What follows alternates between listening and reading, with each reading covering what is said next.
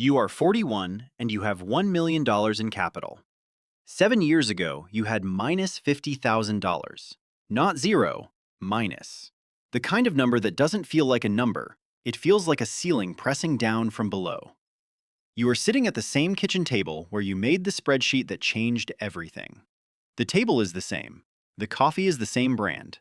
The notebook in front of you, cheap, spiral-bound, $1.19 at the pharmacy, is the 14th volume of the same notebook you started the night you finally wrote the number down and stopped pretending it wasn't there. By the end of this video, you'll definitely see that the exit from debt isn't a financial event. It's a psychological one that happens long before the balance hits zero. You'll find out exactly why most people stay stuck, and it has nothing to do with income. This is your life getting out. Level 1. Minus $50,000. You are 29 and the number is $50,000 and you have not said it out loud to anyone. Not to your partner, not to your closest friend, not to the financial advisor you saw once at 27 and never called back, because calling back would have required saying the number, and saying the number would have made it real in a way that the unopened envelopes on the kitchen counter had not yet made it. The debt is not dramatic in its origins. That is the part nobody tells you. It is not one catastrophic decision. It is 4 credit cards, a personal loan from 26 that made sense at the time, a car payment you stretched too far, and 3 years of spending $200 to $400 more per month than you earned, while telling yourself next month you'd close the gap. Next month arrived 36 times, and the gap closed 0 times. You open the envelopes on a Sunday in March, all of them, in order, on the kitchen table. You write every number on the first page of a new notebook. 4 credit cards, $8,400, $6,200, $11,800, $4,100. Personal loan, $12,300. Car, $7,200. Total, $50,000. You look at the number for a long time. You tap the pen against the edge of the notebook, twice, slow, then stop. And then you write one more thing below the total. You write, "This is the last time I write this number without a minus sign in front of it, getting smaller." You close the notebook. You make coffee. You sit in the kitchen until it gets dark. The first rule, the debt doesn't start when you borrow the money. It starts when you write down the real number and don't close the notebook. Level 2. The system. You are 29, and 3 weeks later, you have a plan. Not a feeling about a plan, not an intention toward a plan. A specific, written, dated plan on page 2 of the notebook with every debt listed by interest rate, every minimum payment, every month until payoff if you add $400 above minimums to the highest rate card and work down from there. The plan requires $1,100 a month above your current minimum payments. You do not have $1,100. You have $340 after minimums and living expenses. You need to find $760. You cancel everything that isn't structural. 4 subscriptions gone, $87 a month. You move your gym membership to the free one at work, $45 a month. You stop eating lunch outside the office, $180 a month. You sell a camera you bought at 27 and used twice, $310 one time. You pick up 2 freelance projects over 6 weeks, $600 one time. Month 1 surplus above minimums, $470. Not $1,100, but $470 applied to the $4,100 card at 24.9% is real. It is not symbolic. It is mathematics. You also look at the car. The car is $520 a month, 3 years left on the loan, and it is sitting in a parking space outside your apartment where it sits for 6 days out of every 7 because you take the train to work. You have been paying $520 a month for a parking space with an engine in it. At this level, the level where you're building the system for the first time, this is also when most people make the mistake I already completely broke down in a separate video. The car dealership trap. The way dealers read exactly how desperate or how stretched you are when you walk through the door, and price accordingly. I deconstructed every level of that dynamic, From the used lot at $0 to the private delivery at $2 million in the video appearing right now. But for now, let's focus on what happens when the system starts working and the first card hits zero. You sell the car. You buy a 2014 hatchback for $6,800 cash from a private seller. The cash comes from a small emergency fund you'd been keeping at $2,000 and the proceeds of the camera and the freelance work combined. The monthly saving, $520 minus the new insurance difference, net $480 back into the debt plan every month. Month 3 surplus above minimums, $890. The second rule, the system doesn't require perfection. It requires that every decision either serves the number or has a specific, justified reason why it doesn't. Level 3. First zero. You are 30 and the $4,100 card hits zero on a Tuesday afternoon. You are at your desk at work when the notification comes. You look at it for a moment. You don't say anything to anyone. You open the notebook app on your phone and cross out the first line on the debt list. Then you close the app and finish the meeting you were in. That night, you recalculate. The $890 monthly surplus plus the freed minimum payment from the closed card, $95, means you now have $985 a month to throw at the $6,200 card. At this rate, it closes in 8 months. This is the avalanche working. This is the part of the math that is genuinely exciting if you understand what you're looking at, which most people don't because the first payoff feels small. $4,100 on a $50,000 total is 8.2%, and small progress is easy to dismiss. What they're missing is that the minimum payment that just freed up doesn't disappear. It becomes a weapon against the next balance, and the weapon gets larger with every card that closes. You start sleeping slightly better. Not well, slightly better. The specific anxiety of the unopened envelopes is gone because there are no more unopened envelopes. The anxiety has been replaced by a lower frequency hum, the awareness of the number, still large, but now moving. Your partner notices something. Not the money, you haven't told them the full number yet, but something in the way you move through the apartment on Sunday mornings. Less of the specific paralysis that used to characterize the hours before you'd spend money you didn't have on something you didn't need because spending felt like control when everything else felt like debt. You tell them the number on a Saturday evening. All of it. The full $50,000 starting point, the current balance of $43,800, the plan, the timeline. You show them the notebook. They are quiet for a moment. Then they ask how they can help. You say, just know about it. That's enough for now. The third rule, the first zero is not the victory. The first zero is the proof that the system works. Proof changes behavior in ways that motivation cannot. Level 4, halfway.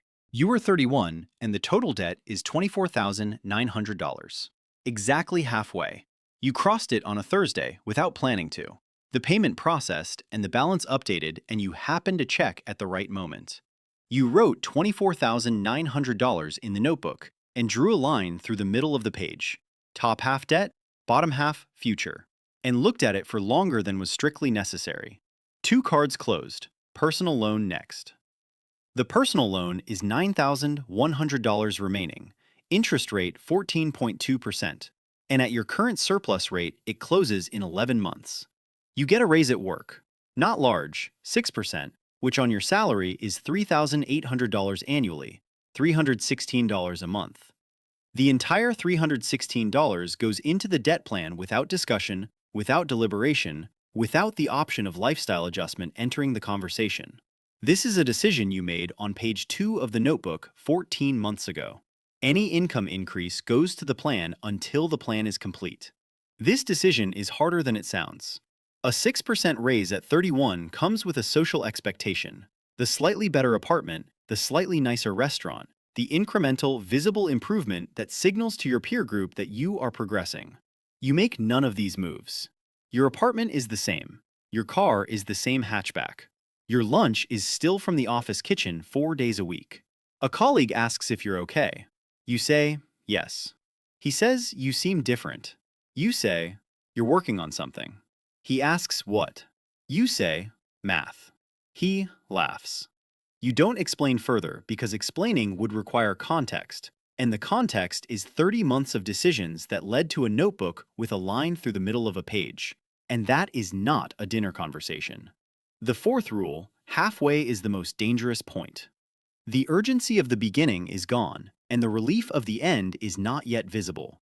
Halfway is where discipline has to carry what motivation no longer can.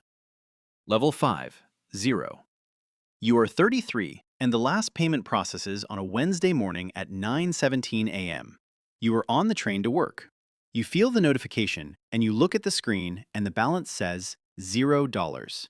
And you put the phone back in your pocket and look out the window at the city going past.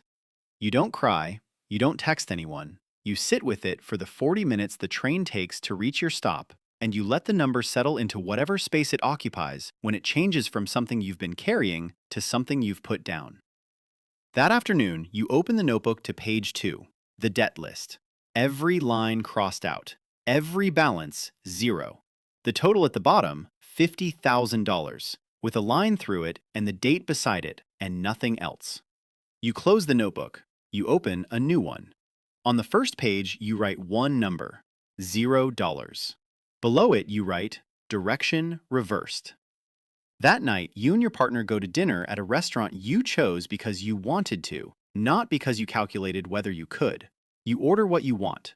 You don't check the total before ordering. You split a dessert you didn't need, and you sit there for an hour after the plates are cleared, just talking, which is something that had been harder to do for 3 years than either of you had acknowledged out loud until now. She says, "You're back." You say, "I was always here." She says, "I know, but now you're back." You don't disagree. The fifth rule, 0 is not the destination. 0 is the starting line. Everything before 0 was paying for the past. Everything after 0 is building the future. They feel like the same direction. They are not. Level 6, building. You are 34 and you have been on the other side of 0 for 11 months. The $985 monthly surplus that used to go to debt now goes to 3 places. $600 to an index fund, $250 to an emergency fund being built to 6 months of expenses, and $135 to a 401k increase that brings your contribution to 9%. The investment account has $7,200. The emergency fund has $2,750.